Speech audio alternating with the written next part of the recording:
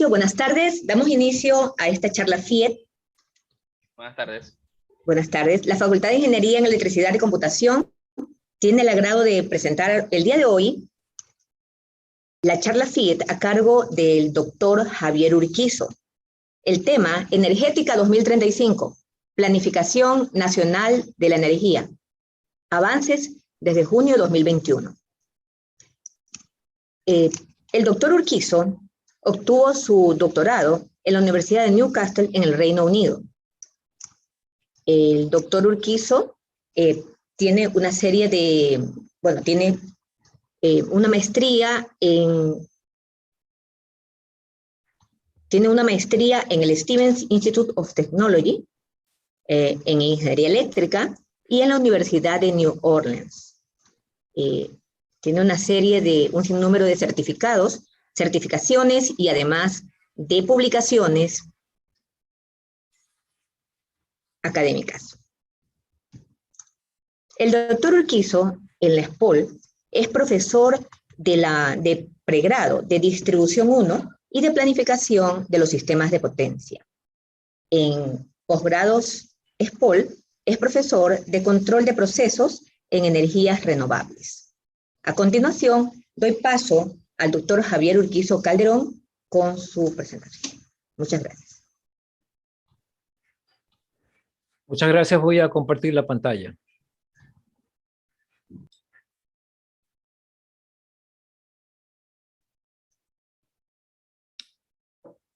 Bueno, el tema de hoy se llama Energética 2035. Es un programa en el cual tratamos de asegurar para Ecuador, para el Estado ecuatoriano,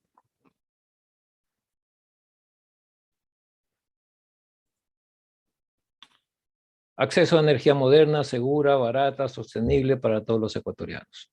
Esta es una serie de charlas que las damos semestralmente y cada semestre lo que hacemos es contar los avances que hemos tenido desde el semestre anterior al nuevo semestre. Esta es la tercera charla, por lo tanto hubo una presentación inicial de energética en el año 2020, hubo una en junio del año 2021 y esta es la tercera en diciembre del año 2021.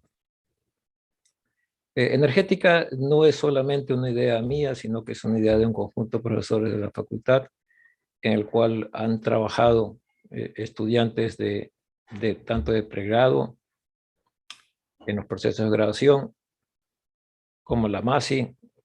Cuando yo daba clase en la MASI, un grupo de estudiantes de la MASI ayudaron a formar Energética 2035. Y ahora que estudiando, en vez de la MASI, estudiando el doctorado en energía en la facultad, un grupo de estudiantes del doctorado también ayuda a formar lo que se llama Energética. Como yo soy un convencido de que cada estudiante que hace un proceso de graduación, no importa si sea en el nivel de pregrado, maestría o doctorado, siempre me trato de apegar y conseguir que el proceso, que el proyecto, que la tesis finalmente sea validada por agentes del sector eléctrico. Los productos de energética han sido validados, en el caso de los estudiantes de pregrado, han sido validados por funcionarios de SENACI y Transelectric.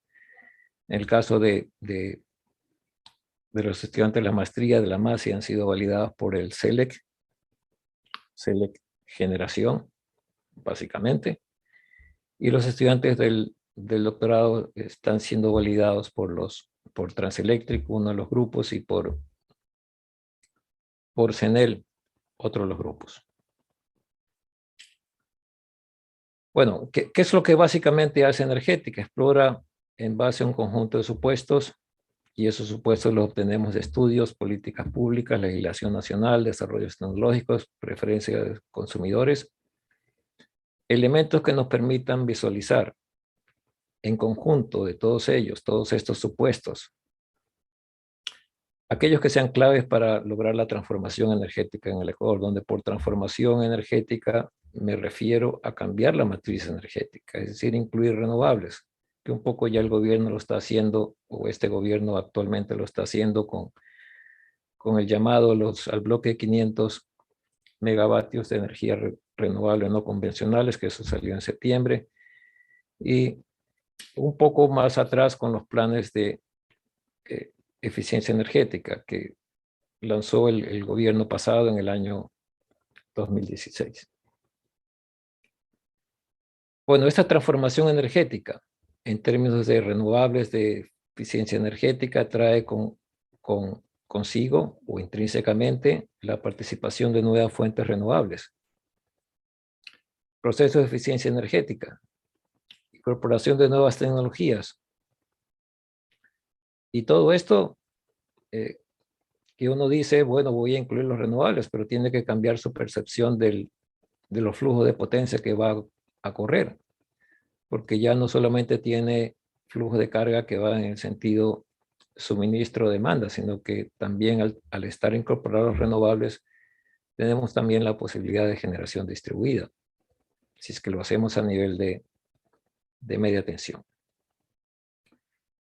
Bueno, entonces estas técnicas de análisis se vuelven un poco más complejas. Los retos del sistema energético. Esta es una imagen que la tomé de la Agencia Nacional de Regulación y Control, o ARCONEL, ahora tiene un nombre diferente que se llama ARC.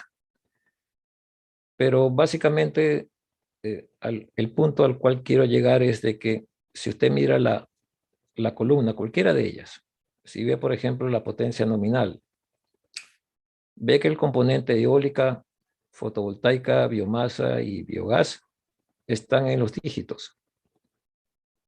La hidráulica está muy cercano a 60 y lo térmico, turbogás, turbovapor y MCI está la suma de los tres bordeando el 40%. Entonces, estamos tratando de hacer un esfuerzo un poco sostenido para tratar de mejorar estos porcentajes que ahorita están en los dígitos, en el dígito único. No llegamos a 2 dígitos en renovables. ¿Quién hace la planificación? Bueno, la planificación proviene, la planificación de la energía, me refiero. Proviene del Ministerio de Electricidad y Energía Renovable, que es el responsable. Eso lo dice la Ley Orgánica del Servicio Público de Ingeniería Eléctrica, de Energía Eléctrica, LOSPEE, publicada en el Registro Oficial en el año 2015, que dicho sea paso, algunas porciones de esa ley vinieron a consulta por parte de docentes de la Facultad de Mecánica y Eléctrica, y en los cuales participé yo, y hubo algunos temas en los cuales pudimos hacer aportes en la LOSPE. Esta ley orgánica delega al MER en ese tiempo, ahora es un viceministro, pero se habla de que nuevamente pasará a ser ministerio. Dispone que hagan 2 planes. El plan maestro, que es un plan que se lo ha hecho muchas veces, en los cuales el último fue en el año 2018 y en este año 2021 hubo una actualización al plan. Y el Plan Nacional de Eficiencia Energética, Plan EE, que es el plan en el cual se incluye renovables y temas de eficiencia energética. Pero la responsabilidad, como bien lo declara la ley en el artículo 13, es el ministerio o el viceministerio, como se llama ahora. ¿Qué es lo que hacemos nosotros? ¿Qué es lo que hacemos los docentes y los estudiantes involucrados en este programa? ¿Qué es lo que hacemos? Crear escenarios, básicamente. Y aquellos estudiantes que tomaron planificación o están cursando planificación en este momento, saben que esa es la forma en la cual se hace una planificación a largo plazo. Porque lo que tratamos de hacer es predecir qué es lo que va a pasar en el futuro. Estamos en el año 2021, los datos que se tiene del gobierno, de SENACE, del ARCONEL, son datos cortados al año 2020, y por lo tanto, ¿qué pase después del año 2021? Es un poco predecir el futuro. Pero el tipo de escenarios que nosotros hacemos es, primero, que sean contrastados, es decir, que sean diferentes uno del otro, y que sean escenarios posibles también. Es decir, que lo que se proponga es factible de realizarlo. Entonces, con esas dos características de que sean escenarios diferentes uno del otro y que sean contrastados y que esté inmerso en un proceso de optimización en la toma de decisiones del balance generación-demanda, porque de eso se trata. Siempre tenemos que asegurar que haya el suministro necesario, si lo quiero ver en términos energéticos, para atender la demanda. Porque eso tengo que asegurarlo a través del tiempo. Es un problema dinámico, es un problema de varios años. Es un problema en el cual nosotros decimos una planificación a mediano plazo es el año 2035 y por eso se llama el nombre del programa de la SPOL Energética 2035. Entonces creamos escenarios y para propósitos de un poco separar por tipo de energía y por área funcional dentro de energética, hemos definido estos 8 ejes, en los cuales hemos ido trabajando a lo largo del tiempo en estos últimos años. Hemos empezado a mirar el tema de la biomasa, los biocombustibles, el tema de las redes inteligentes, el balance de energía, agua y ambiente. En el Ecuador se habla mucho del proyecto Carenillo, que es la cuarta fase del proyecto Paute, pero eso comparte caudales con las otras 3 etapas que están operativas del proyecto Paute. Por lo tanto, hay que pensar también en ese tema. Agua produce energía y esa agua a su vez está afectada por las condiciones ambientales presentes en la región en la cual tenemos los grandes proyectos hidroeléctricos. ¿Cómo vamos a manejar este tema del entorno construido? Es decir, básicamente las viviendas son energéticamente sostenibles a largo plazo. ¿Cómo podemos manejar,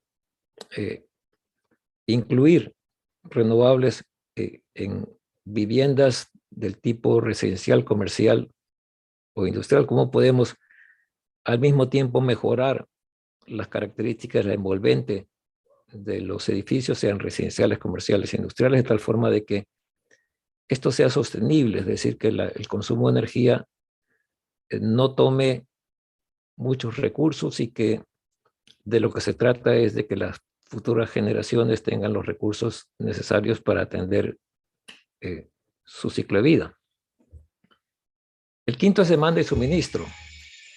El sexto es supervisión, control y protecciones del sistema eléctrico nacional. Y sobre esto mucho trabajaron los estudiantes de la MASI porque se pudo contactar a Select Generación y se pudo pensar en este tema del control primario, el tema del control secundario, de diferentes tipos de estaciones de generación. Trabajamos con el control del combustible en centrales térmicas. Trabajamos en el proyecto BABA con el control primario de él, haciendo las asunciones correspondientes a cómo se comporta un control primario de BABA para atender algún tipo de contingencias en el sistema nacional. Algo que trabajamos ahora más recientemente es el tema de la movilidad sostenible. Y finalmente, algo que me interesa a mí sobremanera es la política pública. Ahora se está hablando de que que el gobierno no tiene dinero y que por lo tanto para cometer una gran obra de infraestructura, si son los grandes proyectos hidroeléctricos como Cardenillo o Santiago, se requieren hacer alianzas públicas privadas, que es lo que está promoviendo el gobierno. El gobierno hace pocos días realmente creó una subsecretaría en la cual se encarga de ver el tema de alianzas públicas privadas, de tal suerte que vía concesión se puedan construir esos grandes proyectos, sobre todo los hidroeléctricos, en los cuales se requiere ingente cantidad de dinero. Entonces, estos son los ejes en los cuales hemos ido trabajando a lo largo del tiempo. Los hemos desagregado por el tipo de energía que se trata y hemos generado algún tipo de conocimiento. Y los nombres que aparecen al inicio son las personas con las cuales trabajamos. Estos son estudiantes de pregrado, trabajamos en el tema del biodiesel, trabajamos en el tema de de la basura, propusimos una idea del SPOL, que es la construcción de un ecoparque en el cual se haga la colección, reuso y reciclamiento de los desechos en las ciudades del Ecuador. Importante es usando el criterio o el marco de referencia de la economía circular, es de que no todo es basura en los hogares, que algo se puede reusar y algo se puede reciclar. Entonces estamos viendo en esta parte de energética cómo reusarlo y cómo reciclarlo. ¿Qué procesos podríamos hacer para reciclar, por ejemplo, muebles o plásticos, que son sujetos a poder reusarse y reciclarse? ¿Y qué se puede botar? Y eso que se puede botar, ¿qué calidad energética tiene? Estos desechos producen gas metano, que tiene un poder energético importante y que puede servir para generación de electricidad también. Nos fuimos a la península de Santa Elena y miramos este tema de las algas como fuente para biocombustibles, con un grupo de estudiantes también del pregrado. Eso es, trabajamos realmente poco allí. Empezamos a trabajar las redes inteligentes también. Y hemos trabajado un poco más. El tema de energía, agua y ambiente también trabajamos sobre todo, y mire usted cómo está el ingeniero Plazarte. El ingeniero Plazarte es funcionario de Transelectric y con él hemos estado viendo temas tan importantes como la confiabilidad del plan de expansión de la transmisión del Ecuador, viendo los puntos en los cuales tenemos una debilidad en el sistema de transmisión del Ecuador. ¿Dónde están las debilidades? Están las debilidades en las interconexiones, en algún sitio en particular de la red. Entonces ese trabajo lo hicimos con estudiantes del proceso de graduación de pregrado, guiados por el ingeniero Plazarte. Hicimos un análisis de contingencia, exploramos 2 factores de sensibilidad o sensitividad. Y lo último que hicimos con el ingeniero Plazarte fue este tema del despacho de potencia reactiva o redespacho, como fue realmente lo que se hizo. Y aquí empezamos a probar sistemas un poco más modernos, empezamos a usar redes semánticas en el formato de aprendizaje reestructurado. Todo esto se hizo nuevamente con ayuda de estudiantes de pregrado, en los cuales para mí, para que haya una contribución significativa, para mí el proceso de graduación de pregrado debe ser de 1 año. Entonces, con todos estos estudiantes que quisieron enrolarse en ese proceso de graduación, los recibimos un semestre antes de que termine su carrera en la SPOL, y trabajamos con ellos los 2 semestres, todo el año. Porque como usted ve, es necesario que el estudiante tome contacto, se acondicione a lo... no es tan fácil llevar a un estudiante del aula de clase directamente a trabajar con equipos liderados por gente, por ejemplo, de Transelectric, porque ellos ya tienen un conocimiento muy bueno del sistema nacional. Entonces, un estudiante de la SPOL necesita un periodo de acondicionamiento de varias semanas antes de que empiece a hacer contribuciones. Y en todos estos ejes, lo que se muestra aquí es una publicación, que es donde termina. Por supuesto que termina en un documento, en una memoria técnica, pero lo importante, lo sustancial para el SPOL es que genere esto una publicación, porque eso interviene en los índices de calidad de la universidad. Entonces, todo esto que se muestra aquí y que lo he pasado, y que algunos de ellos, por ejemplo, este que dice Calderón y James, son aportes que hicieron docentes de la Universidad de Newcastle, que es donde yo estudié y que siguió la relación con ellos, y ahora estamos en todos estos años, seguimos publicando porque seguimos estudiando temas dentro de las redes inteligentes y el entorno construido. Este, en cambio, fue mi tutor en el programa de maestría y todavía conservo con él una gran amistad, y seguimos trabajando en estos temas de de transformaciones entre sistemas de coordenadas para poder acceder a la tecnología GPS en cualquier lugar del Ecuador.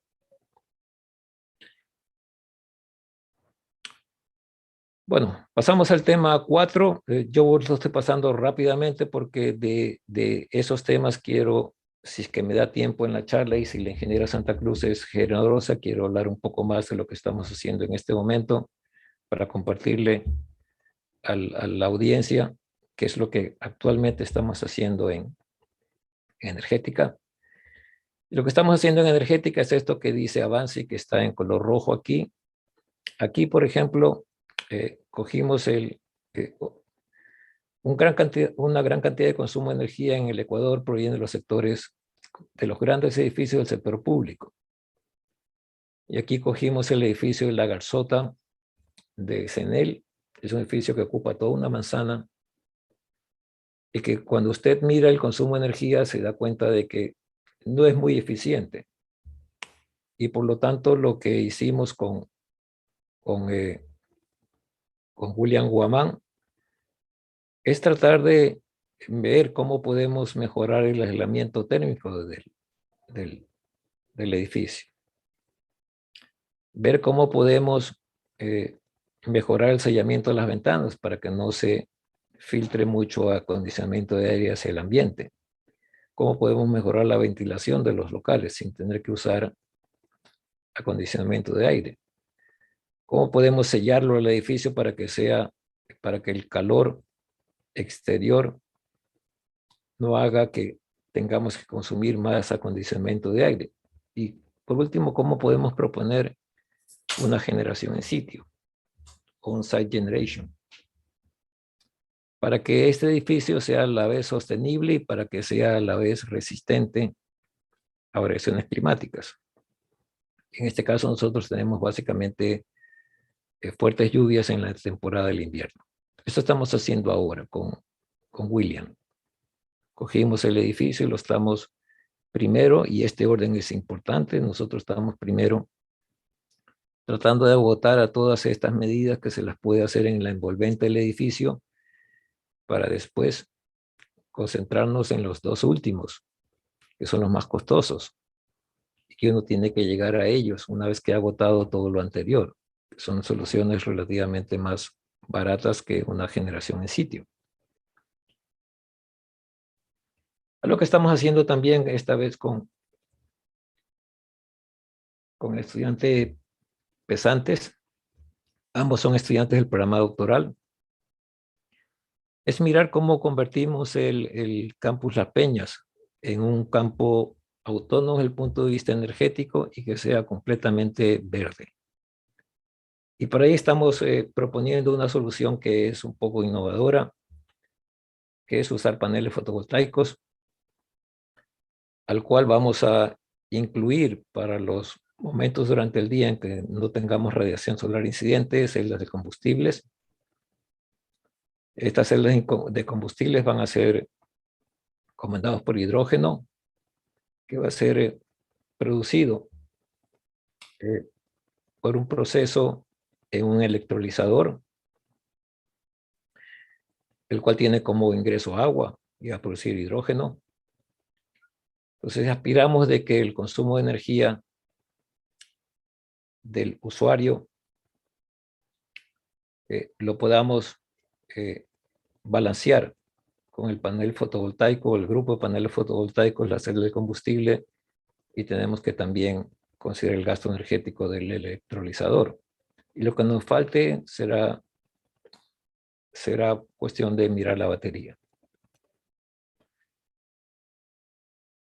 Al mismo tiempo que estamos haciendo eso con el campus Las Peñas, estamos tratando de usar elementos del diseño paramétrico, de tal suerte que podamos acomodar las áreas funcionales de las ideas que tiene la institución para ese futuro campus, que es para ese campus, que es en lo fundamental, quieren hacerlo un sitio de encuentro para este tema de los innovadores, este tema de las incubadoras de empresas, es decir, cambiarle un poco el uso, que que tenía anteriormente, porque ya todos nos vinimos al campus Las Peñas, ya no hay, solamente hay clases del posgrado de administración de empresas, pero el resto se puede utilizar en elementos de emprendimiento y de encuadre de empresa.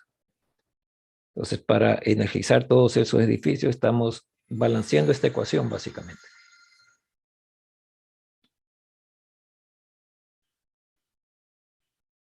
Demanda y suministro. Aquí, en cambio, los estudiantes que están tomando conmigo planificación saben que esto se lo hace en el corto plazo, se lo hace en el largo plazo.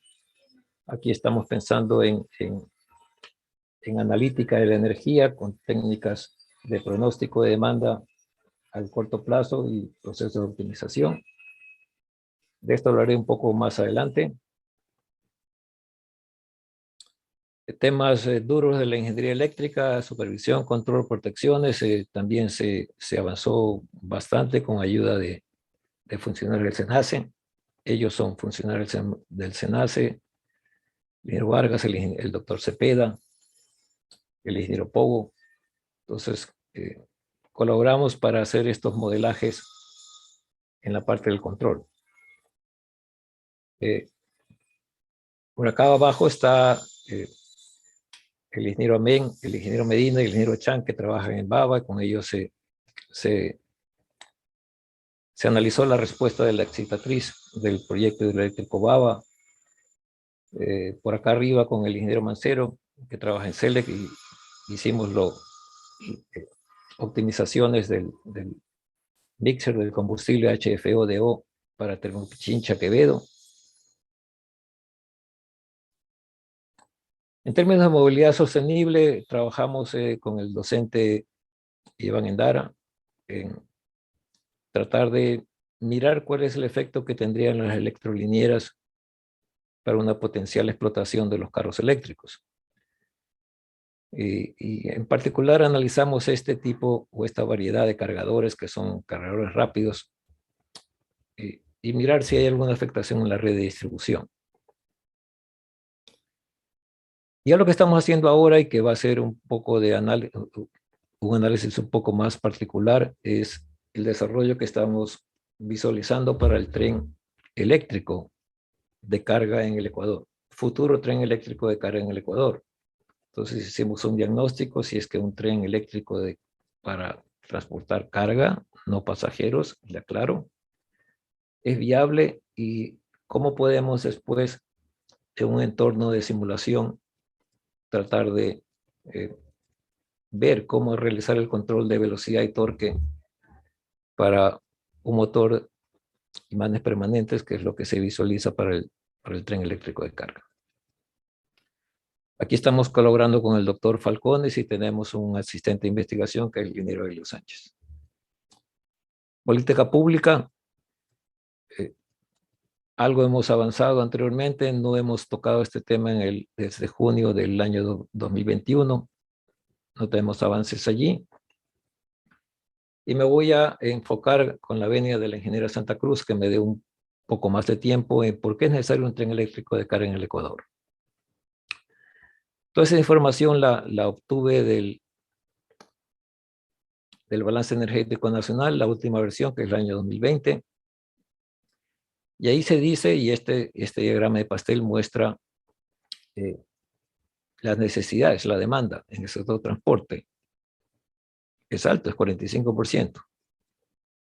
Esto es residencial e industrial. Transporte, como usted puede ver en el diagrama pastel, es el que más demanda energía, 45.4%. ¿Qué se utiliza para el transporte? Básicamente, diésel oil y gasolinas dentro de la producción de combustibles. Diésel oil es 31.4% y gasolina 26.5%. Es decir, ambos que son requeridos para el transporte se necesitan en una proporción bastante alta. Se suma 31 más 26 es más del 50%. En el sector ya básicamente del transporte, ¿qué utilizan las unidades de transporte? Gasolina y diésel oil. Si usted suma los dos, sale 99%. Jet fuel es lo que utilizan los aviones y electricidad es 0.1%. Si el grueso del sector transporte utiliza gasolina y diésel. Y si me pongo a mirar del sector transporte, cuáles son los mayores consumidores, me encuentro que los vehículos de carga pesada consumen cerca del 50%.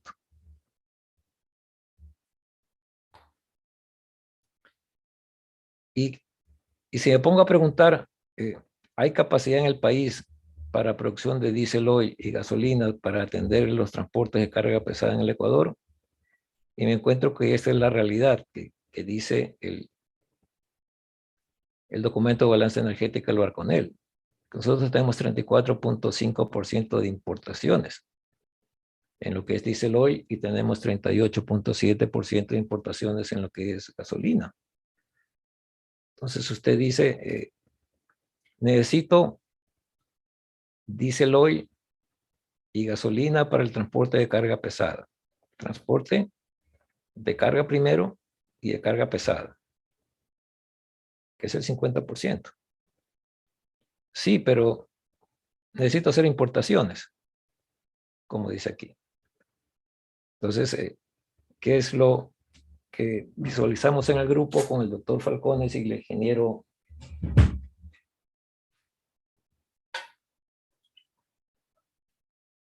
Helio Sánchez? Que podemos hacer una contribución con un tren eléctrico para el transporte de carga pesada.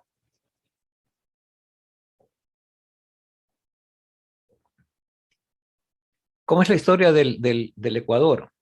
En el Ecuador se invirtieron en gobiernos anteriores casi 370 millones para rehabilitar 506 kilómetros de vía férrea.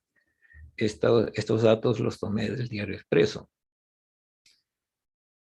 Es decir, que tenemos una red razonablemente buena porque ha sido rehabilitada. Y lo que nos falta es justamente los trenes que hagan uso de esas redes. ¿Qué tipo de cargas se necesitan transportar? Bueno, básicamente acero, pulpa para el papel, cerámica, insumos químicos y café. Aproximadamente 5 millones de toneladas en el año. Esto sería la demanda. Entonces, hemos identificado allí un problema que vale la pena ser estudiado. Es un problema básicamente económico porque estos transportes de carga pesada requieren combustibles que básicamente provienen de importaciones. Entonces, ¿qué planteamos? Un entorno de simulación. O sea, nos fuimos al laboratorio de la SPOL y tratamos de visualizar cómo podemos controlar en un ambiente de laboratorio el tema del tren eléctrico. Estamos haciendo ahorita, en estos días, estamos haciendo mediante un entorno de simulación un sistema de propulsión para trenes eléctricos. Estamos usando elementos de simulación hardware in the loop y lo estamos haciendo a través de un controlador externo. Conseguimos una tarjeta electrónica de Texas Instrument que va a mostrar las señales de corriente y posición del motor, del hardware simulador, y va a enviar pulsos PWM de comando para el modelo inversor implementado en el simulador. Entonces esto, que lo estamos haciendo con el ingeniero Falcones, con el doctor Falcones y el ingeniero Helio Sánchez, está avanzando. Es una de las cosas que estamos haciendo en estos días. Lo que estamos haciendo, no tanto con la intensidad que a mí me gustaría, es el observatorio urbano. Allí la idea, esto lo propuse también en la charla anterior, y esta imagen también la vieron en la charla anterior, es ver cómo a través de sensores remotos podemos monitorear información del estado de la ciudad, así como están las mareas, incluso no solamente aquellas variables del tipo ambiental, podemos también mirar, por ejemplo, conectándonos a información disponible de las empresas eléctricas de distribución, puntos en los cuales existen cuellos de botella en términos de la demanda. Avanzamos un poco más allí y le preguntamos a la empresa distribuidora cuáles son los cuellos en los cuales hay problemas en la demanda. Es decir, sitios en la ciudad donde es necesario construir infraestructura, pero que es oneroso y que los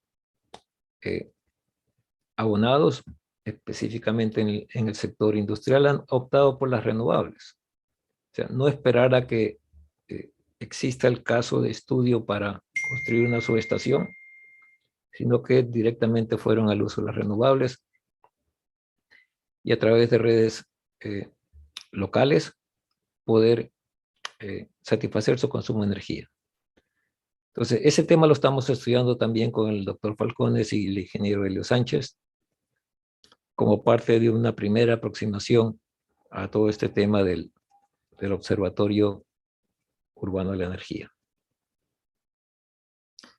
A lo que también estamos haciendo, también no tan rápido como me gustaría, sino que estamos haciendo un proceso de verificación de las herramientas, es este tema de analítica de los datos de energía que sirven para la planificación de corto plazo y que el momento en que empiece a ver,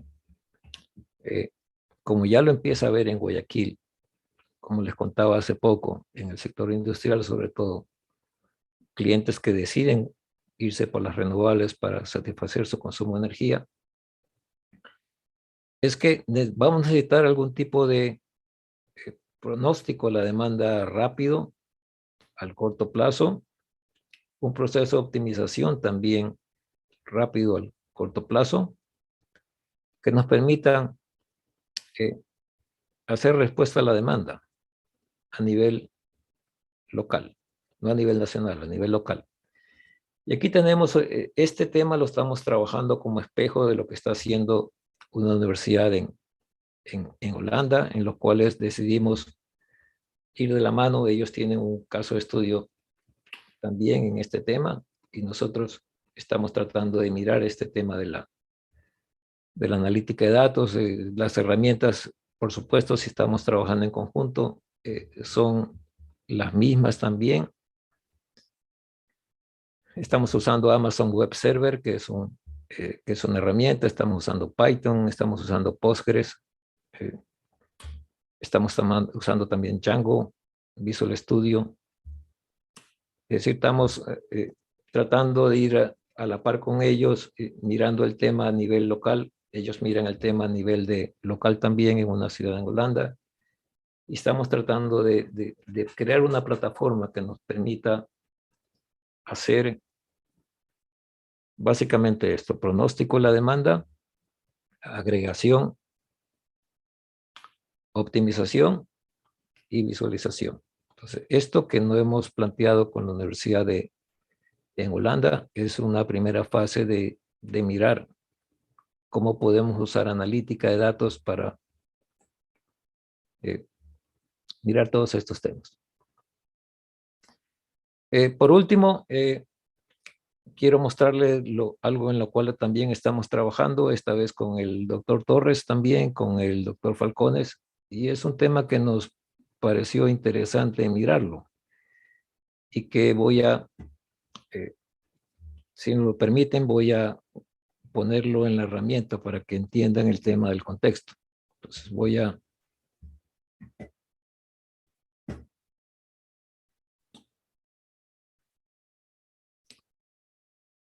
a mirarlo en términos de la herramienta que usamos para este tipo de planificación, que es la herramienta LEAP.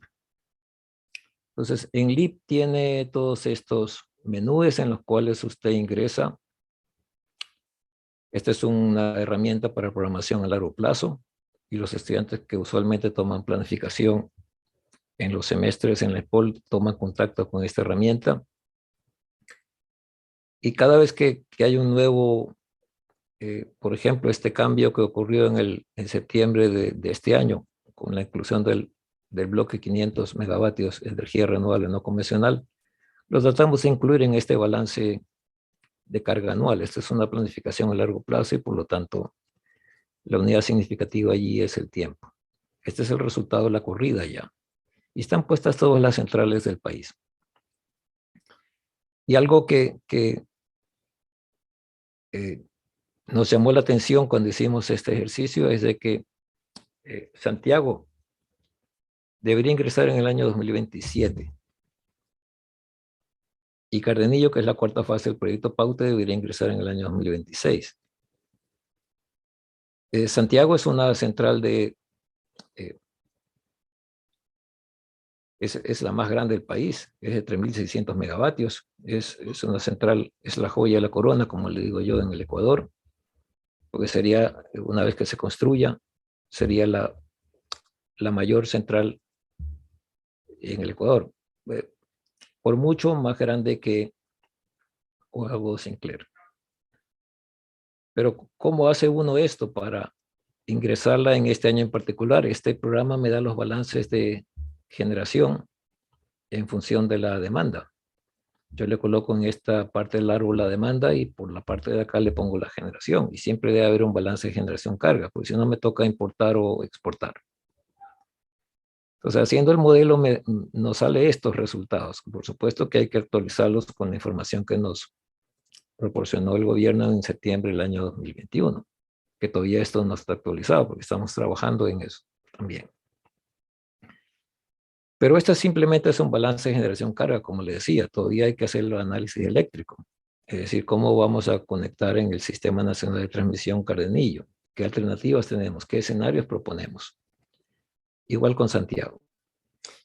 Nos pareció interesante al doctor Torres, al doctor Falcones y a mí, Santiago, sobre todo. ¿Y por qué Santiago nos pareció interesante? Porque aparte de ser la central más grande del país, hace posible un plan en Pozorja de la construcción de una planta de aluminio para exportación. Entonces es un tema económico, un tema de beneficio económico para el Guayas, construir una planta en el sector de Pozorja. Pero esto, de acuerdo a las previsiones del gobierno, viene adosado con Santiago también. O sea, esto, por la capacidad de la planta de aluminio, no se podría hacer si es que no se tiene Santiago en operación. Y otro uso que tiene Zamora, aparte de atender el consumo interno y de atender Pozorja, la planta de aluminio, es también atender el nuevo enlace a 500 kV entre Ecuador y Perú.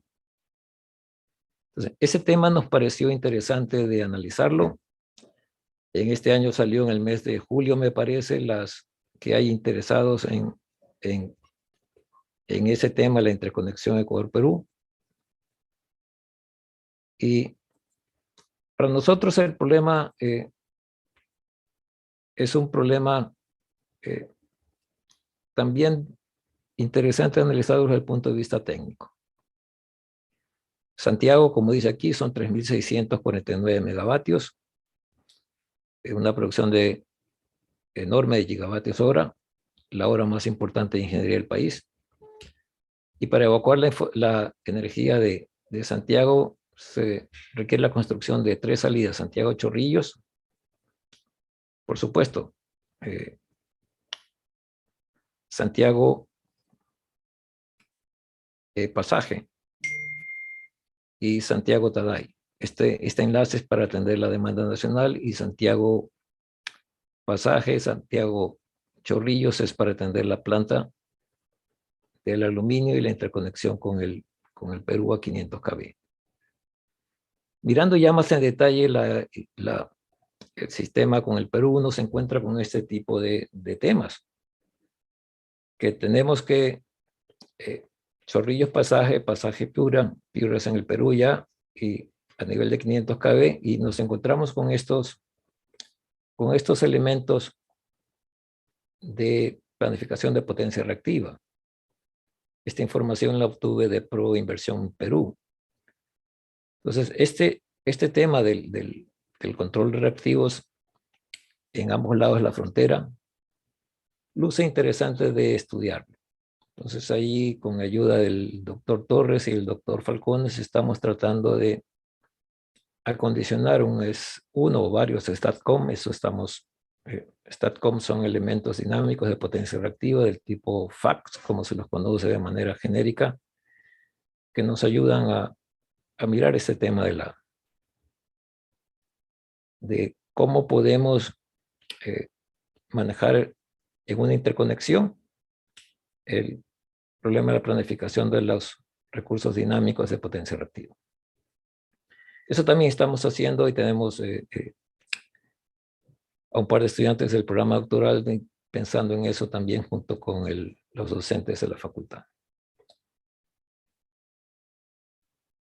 Bueno, con el perdón del caso para la ingeniera Santa Cruz, que me dijo que hablé 20 minutos, pero ya he hablado 50, voy a dejar de compartir y le cedo la palabra a la ingeniera Santa Cruz si desea moderar el evento a partir de ahora.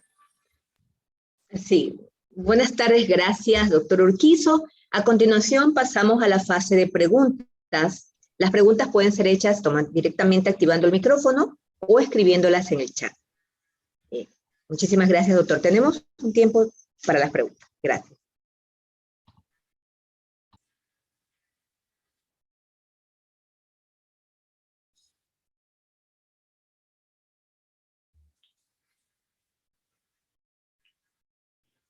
El que tiene alguna pregunta, simplemente active el micrófono y diga su pregunta. Yo es lo que puedo hacer para contestar una pregunta. Y el último punto que quería yo aclarar antes de que me olvide decirlo es que yo soy docente universitario. Yo no trabajo para el ministerio o para ningún ente del sector público. Entonces todas las opiniones que las doy son desde el punto de vista de la academia. No tengo ningún... no trabajo tampoco para ningún proveedor de servicios ni para una agencia de otro gobierno. Entonces, todas las recomendaciones que hacemos dentro de energética son recomendaciones que las hacemos desde el punto de vista de la academia. Yo tengo una pregunta, doctor. Muy Sí. buenas. Buenas. Con respecto al tema de los biocombustibles que usted mencionó en una parte de la sesión, yo tengo un poco de dudas de cómo sería el cambio de los vehículos actuales, tanto de los vehículos híbridos, los vehículos que trabajan a gasolina, diésel, cómo sería el sistema para poder hacer ese cambio de lo que es gasolina o diésel hacia lo que es el biocombustible. ¿Habrá que cambiar algún componente en los vehículos, algún tema eléctrico que agregar, o se mantiene todo el sistema y simplemente es el reemplazo, los beneficios de este y todo eso si es que tiene algún conocimiento? Bueno, hay que dividir en diferentes tipos de... Voy a dividir la pregunta tuya en varias partes, ¿no? El primero y el estudio que hicimos nosotros con ayuda del máster en Dara fue ver el impacto que tendrían electrolineras, y esos son vehículos del tipo eléctrico. Concluimos que la afectación era mínima. Entonces, dejemos los vehículos eléctricos por un lado. Lo que estamos interesados ahora es en ver el impacto que tendría un tren de carga eléctrico, que es un tema un poco más complejo, porque es un tren que tiene mayor capacidad y un poco la demanda ya la expliqué hace un momento. Y el tercero son los vehículos convencionales de pasajeros, que es diferente a los vehículos de carga, sobre lo cual estamos interesados en estudiarlos. Y los vehículos convencionales, lo que pensamos es, y que nosotros no lo hemos estudiado, es el tema del cambio del porcentaje de la mezcla. Ese tema no lo hemos estudiado todavía, está en carpeta. Es decir, cambiar la proporción de biocombustibles con gasolina convencional, es decir, los porcentajes de la Ecopaís, es un tema que está en carpeta. Nosotros no lo hemos estudiado, no estamos estudiándolo. Lo que estuvimos estudiando hace algún tiempo es ver cómo extraer biocombustibles a partir de las algas que se encuentran muy cercanos a la planta en La Libertad. Entonces, quisimos darle una utilidad. Cómo convertir las algas que se encuentran alrededor de la planta de La Libertad, visualizamos un proceso en el cual se pueda convertir eso en biocombustible. No llegamos todavía en la aplicación. ¿Qué podemos hacer con esos biocombustibles? Resolvimos el tema de los procesos hasta obtener biocombustibles, pero no hemos pensado todavía en la aplicación. Y otra pregunta, doctor, disculpa, que lo voy a interrumpir. En el caso del biocombustible, lo que viene a ser el biocombustible se puede hacer con cualquier tipo de, se podría hacer plantas, algún tipo de desecho, o hay algún elemento en específico o en común de que debe tener en sí la masa principal para realizar el biocombustible. Sí, como te comentaba hace un momento, empezamos a estudiar este tema de los biocombustibles. Lo único que hicimos fue estudiar las algas, en particular los microalgas, para ser más específico. Levantamos un procedimiento y como a mí siempre me gusta, nosotros en la escuela no somos dueños, la verdad, nunca escribimos a limpio, siempre queremos validar nuestras teorías y ese tema en particular de los biocombustibles, me he estado relacionando con un ente de la Comunidad Europea para exponerles a través de alguna conferencia nuestros trabajos y que sean ellos los que lo validen. No he pensado en ningún otra fuente que nos sirva para hacer biocombustibles, perdón. Es algo que es un problema, que lo tratamos de convertir en una oportunidad. Por allí empezó el tema. Y los estudiantes que participaron en este tema son estudiantes de la península y por lo tanto sienten un poco el problema porque es su tierra. Entonces, no he probado con otros. Es como te digo, en ese componente tenemos apenas el tema de la basura en el municipio de Guayaquil, que eso fue validado por los funcionarios del municipio de Guayaquil, y este tema de los biocombustibles, que lo estoy enviando a validar en una conferencia de la Unión Europea. Pero es algo que queremos aprender un poco más, nada más que yo no tengo todo el tiempo que me gustaría para investigar más temas, porque soy docente también, y tengo que, por ejemplo, calificar exámenes, que es lo que estoy haciendo en esta semana.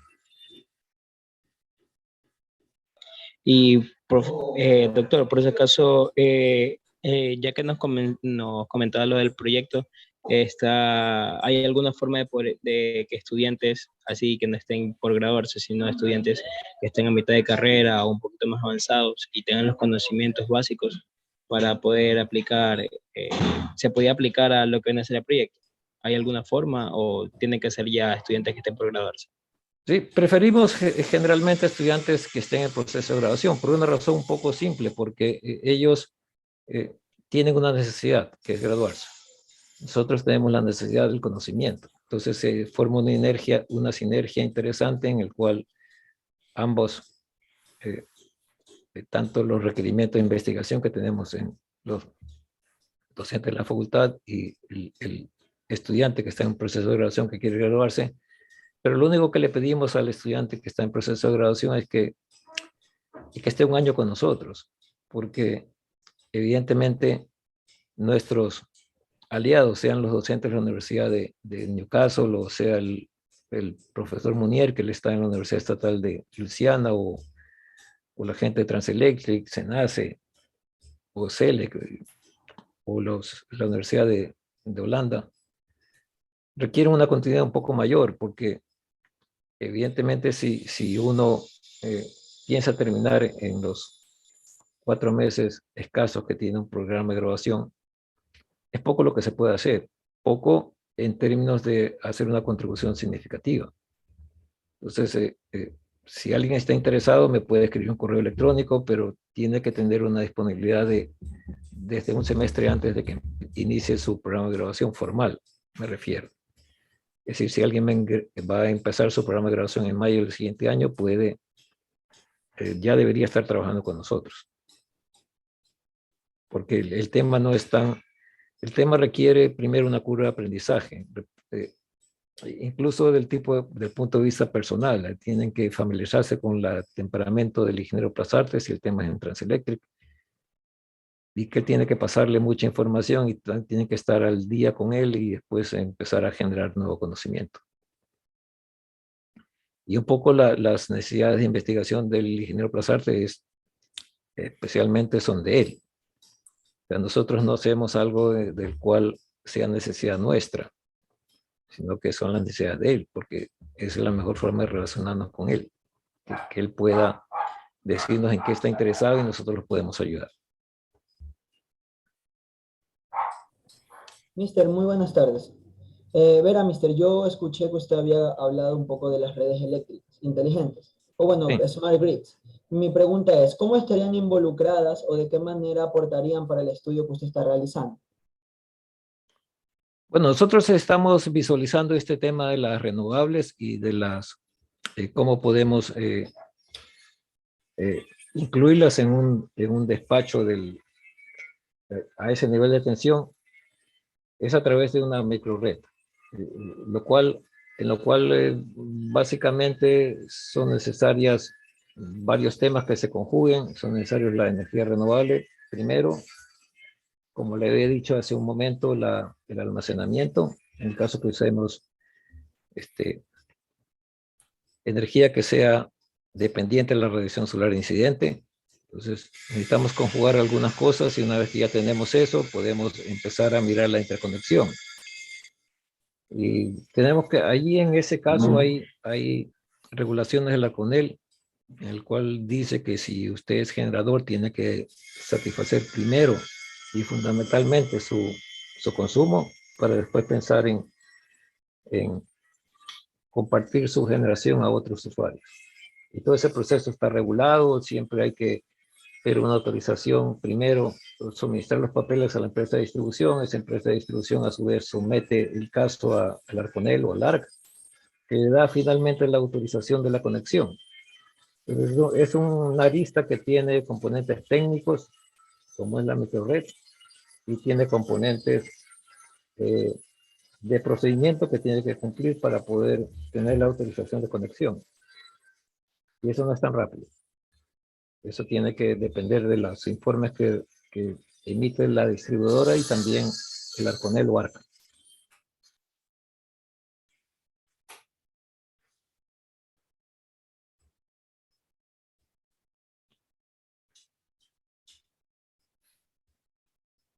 Ingeniero, buenas tardes.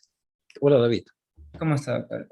Mire, con respecto al tema del tren de carga, de transporte de carga, quisiera saber qué dificultades han tenido o cómo se ha tratado el tema de permiso de usos de suelos y la demás política para poder construir las vías que requieran, o sea, en el estudio, ¿no? Sí, a ver, este tema, cualquier tema de infraestructura, primero, pasa por un tema de una licencia ambiental.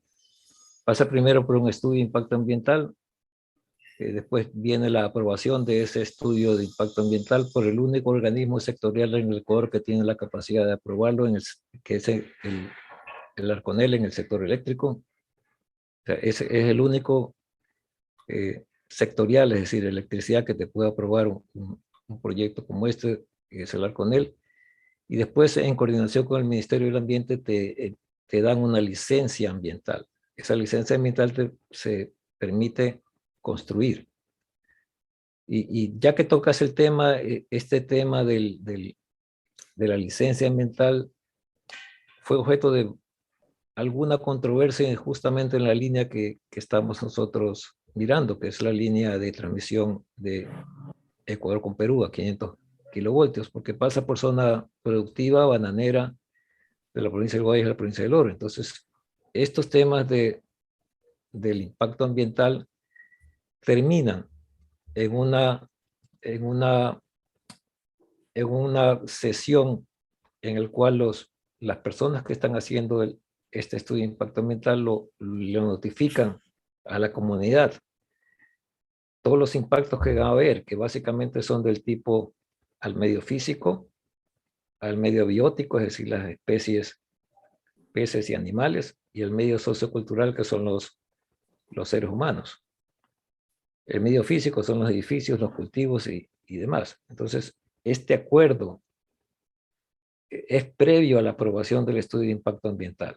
en el cual tú te reúnes con la comunidad y le explicas que van a haber afectaciones. E incluso que van a haber expropiaciones de los sitios por los cuales va a pasar, por ejemplo, la línea de transmisión a 500 kV entre Ecuador y Perú. Y por lo tanto debe haber esa fase de divulgación de los alcances del estudio, y eso es previo a la aprobación del estudio de impacto ambiental por parte de la validación a la comunidad, previo al envío del Arconel, y que el Arconel después en unión del Ministerio del Ambiente te emitan la licencia. Con la licencia ya puedes construir. Ahora, el tema de la línea también tienes que verificar que no pasa por ningún sitio que sea patrimonio cultural, donde existan vestigios de comunidades ancestrales del Ecuador. Con el caso del tren es un tema un poco diferente, porque ya esa parte pasó, ya las líneas del tren están construidas. Lo del tren es una necesidad que se produce porque la mayor parte del transporte terrestre de carga es dependiente de combustibles que el Ecuador importa, y por lo tanto ahí nuestro problema es un poco entrar en un entorno de simulación y ver cómo puedes tú modelar el tren desde el punto de vista de los arranques, las paradas, está sin carga y con carga. Y eso es un tema que nos ha tocado un dolor de cabeza un poco grande, porque tenemos que hacer un control de velocidad de torque en un motor pequeño. Lo estamos haciendo un tema a escala pequeña. Ahora, la frecuencia de muestreo del inversor que estamos usando es una frecuencia de muestreo muy alta, y por lo tanto tenemos que usar el simulador de tiempo real con una herramienta.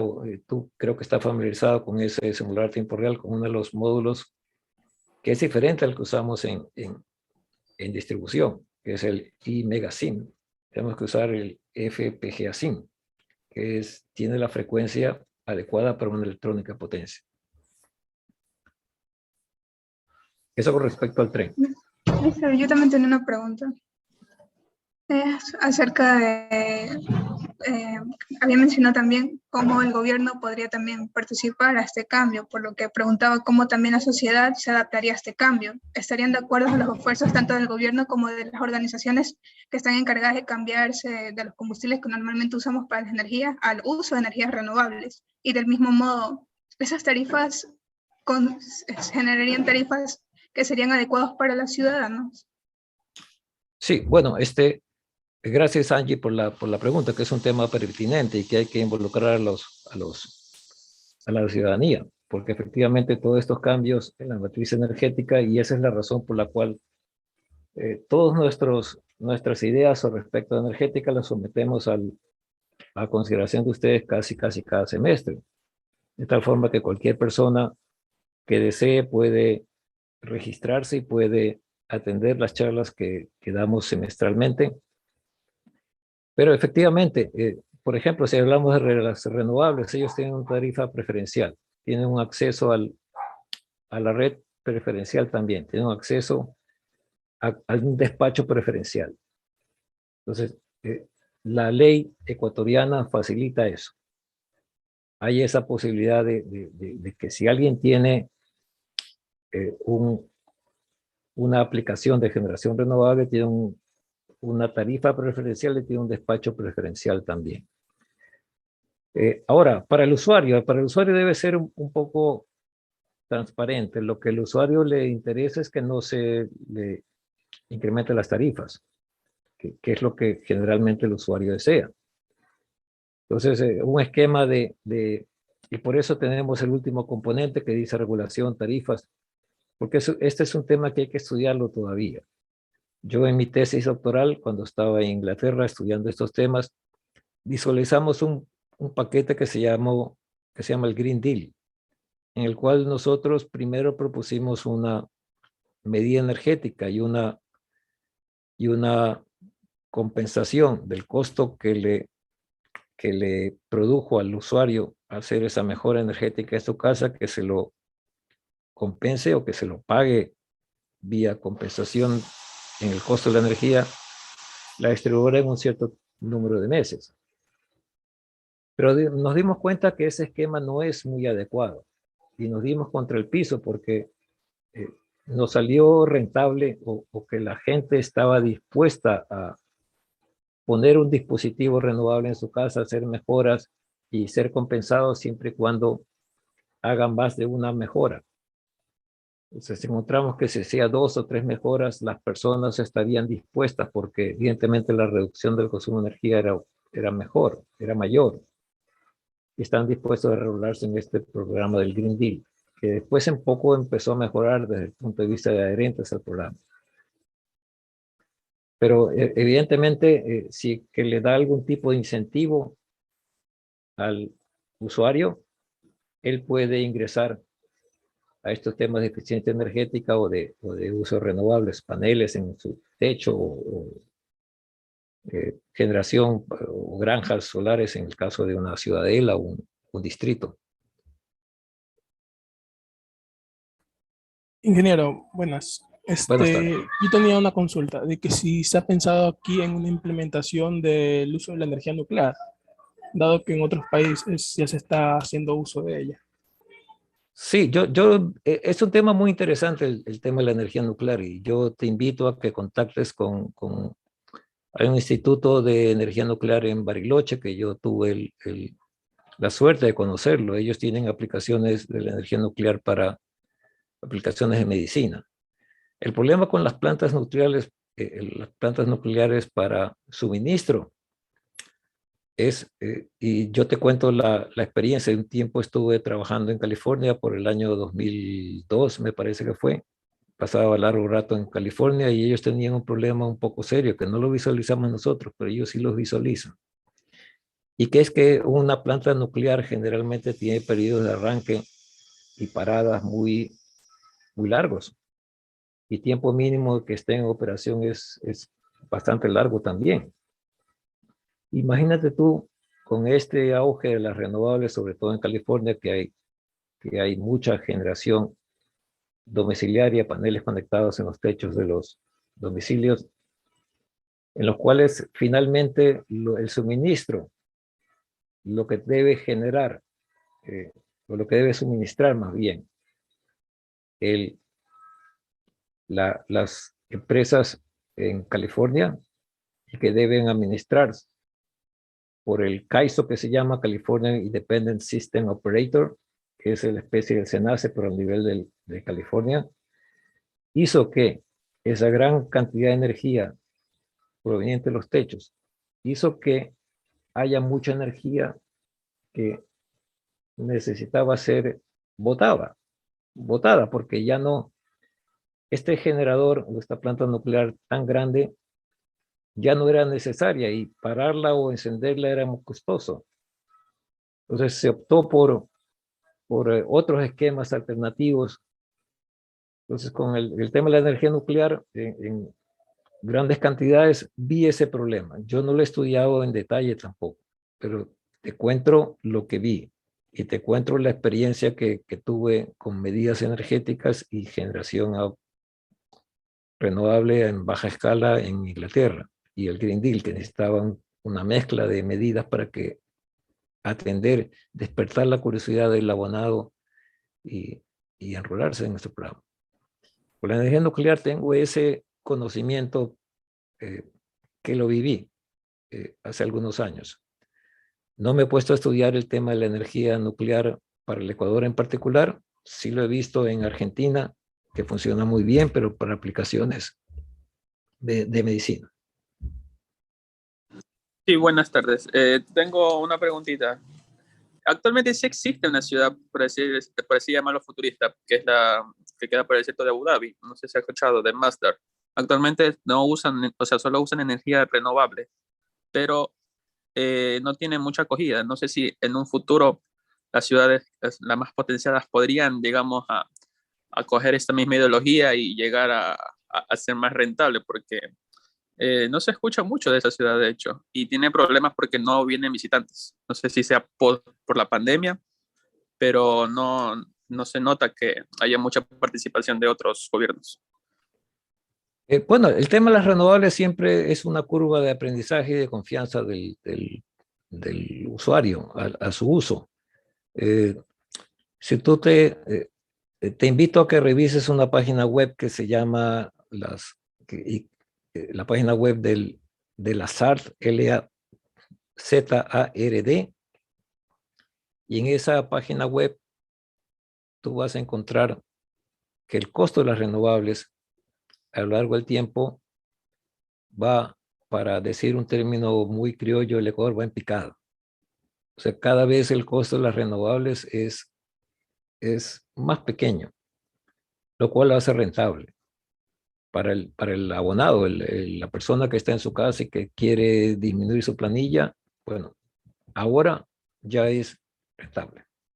Hace algunos años probablemente no. Entonces yo no sé cuándo se realizó el proyecto que tú me estás contando, pero te invito a que mires las curvas de la SART.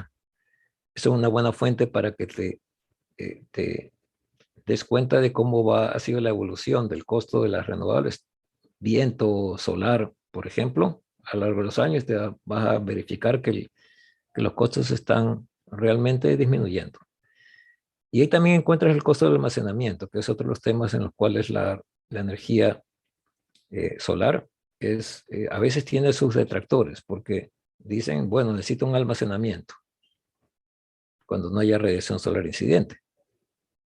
Necesitas una batería. Bueno, el costo del almacenamiento también está en picada hacia abajo. Te invito a que veas la página al azar y que te puedas mirar el tipo de energía renovable que estás interesado y puedas ver su evolución en términos de costos a lo largo del tiempo. Yo tengo otra pregunta. ¿Cuál es el estatus actual de la energía geotérmica y si se va a ampliar el uso de esa energía, dado que vivimos en un país con alta actividad volcánica? Tenemos varios volcanes en la cordillera y en la Amazonía y demás. Sí, bueno, en el tema de geotérmica hay los proyectos binacionales con Colombia que están muy bien. Ahora, la energía geotérmica, si me preguntas a mí, yo lo veo muy atractivo. Y es más, yo estoy pensando para ese edificio de la CENEL en Garzota, que cuando usted pasa, es el edificio que le llaman edificio color azul, es toda una manzana. Y el tipo de on-site generation que yo estoy pensando allí para tratar de convertirlo es energía geotérmica, efectivamente, en el cual tendría que usar estas que se llaman ground source heat pump, bombas de calor, en el cual se extrae de la temperatura interior de la tierra, usando un gradiente térmico, poder convertir a energía eléctrica, y para lo cual hemos contactado a los proveedores, estamos mirando alternativas para ver qué tan factible es usar un ground source heat pump en el edificio del CENEL Garzota. Yo no lo descartaría, así a pequeña escala. Es muy interesante el tema también. Yo lo vi muchísimo en Inglaterra también. Es un tema para el cual incluso en el Green Deal se propuso que sea también una de las medidas, instalar ground source heat pump para extraer energía debajo de la tierra. Pero sí, a gran escala, lo único que tienes son los proyectos binacionales, que están operando muy bien. Profesor, yo tengo una consulta. Sí. Es respecto a lo mismo del tren. Creo que es un poco más respecto al al modo de uso y al tiempo que puede usarse, porque si bien cuando empezó la pandemia el ferrocarril dejó de usarse y hasta lo chatarizaron. Entonces, ¿cuál cree usted que debería ser la manera de presentarse para que el tren sea viable para su uso y que dure hasta, digamos que hasta que se acabe el mundo? Así como allá en Japón, los trenes de levitación magnética aún siguen vigentes. El tren eléctrico aquí, en mi opinión, tendría que empezar como un experimento, porque, porque como estamos recién pasando de combustible fósil, empezar con electricidad sería un paso importante, pero hay que ser precavido. Entonces, ¿cuál cree usted que debería ser el modo en que debe presentarse esto para que para que llegue a un punto en que la gente diga, esta energía, esta de aquí va a durar para siempre, al menos aquí en Ecuador? Sí, gracias por la pregunta, Edison. Yo quería aclararte que lo que estamos usando nosotros es un tren de carga. Es eléctrico, pero de carga, no de pasajeros. Sí, comprendo, Entonces, pero sí, puede ser algo que puede usarse más adelante. sí, Creo que sí. estoy viendo eso. Por eso digo, ¿cómo se puede presentar? Si el ferrocarril empezó así, pero este es un tren de carga, puede empezar, este puede considerarse entonces como un experimento para más adelante usarlo como transporte. Bueno, nosotros, yo fui director del centro de proyectos durante 15 años en la SPOL, antes de terminé funciones cuando fui a hacer el doctorado en Inglaterra, que fue desde el 2011 hasta el 2016. Entonces yo te cuento mi experiencia como director del centro. Y en el centro teníamos una política siempre. Antes de implementar un proyecto, empezamos por un piloto. Por ejemplo, nosotros hicimos el sistema catastral en Guayaquil. Entonces empezamos por un piloto que es el sector 42 en Urdesa. Siempre empezamos así, ¿no? No empezamos con una implementación completa porque es muy difícil entenderlo, el sistema. Después que sale el piloto vienes al prototipo y después del prototipo viene la implementación total. Nosotros estamos en una etapa muy previa del estudio del tren eléctrico de carga y hicimos un entorno de simulación. Usamos un laboratorio de tiempo real que tenemos en la Politécnica y estamos tratando de entender el control a ese nivel de detalle.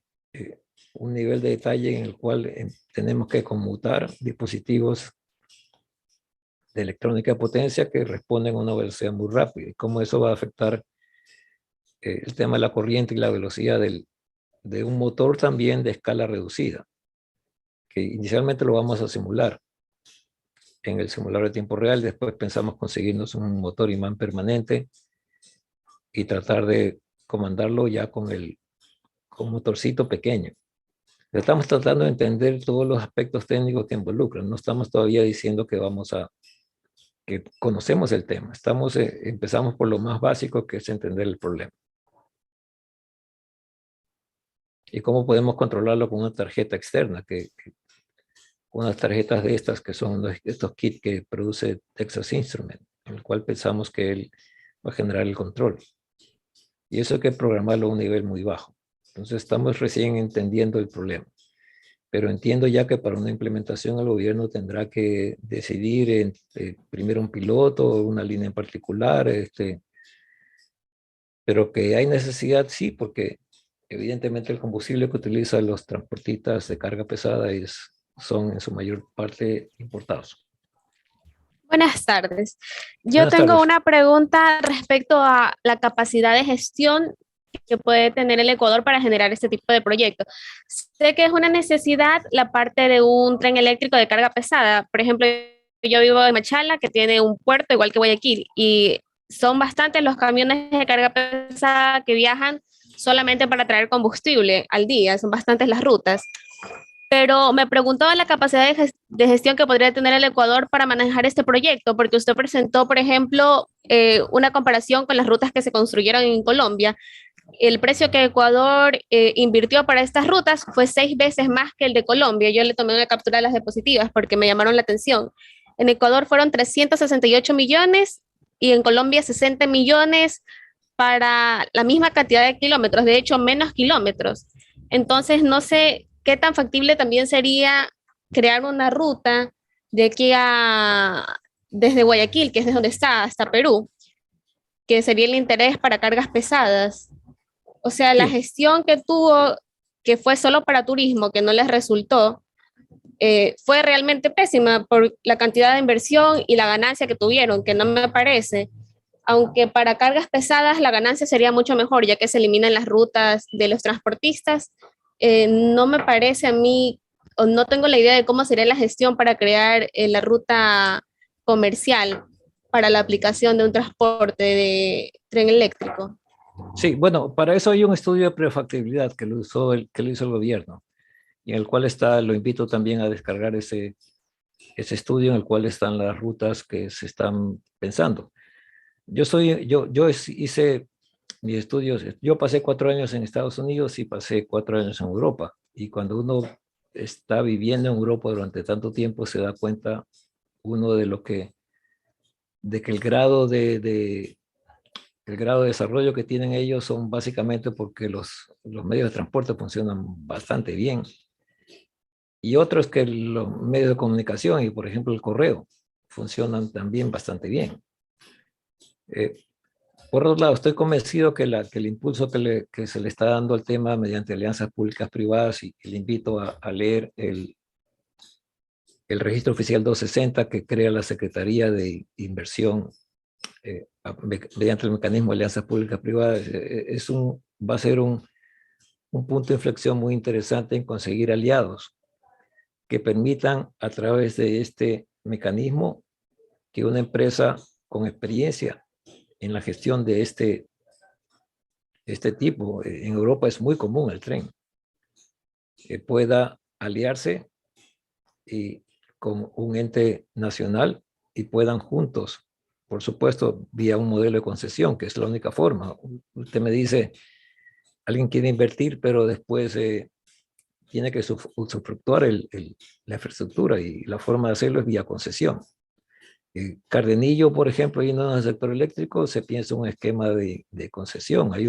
Se está en una etapa en la cual una banca de inversión internacional está buscando oferentes, pero mediante ese mecanismo. Las rutas en particular, atendiendo su pregunta, forman parte de un plan elaborado por el gobierno, un plan muy básico. Yo estoy en la parte preguntándome cómo funcionaría ese tren.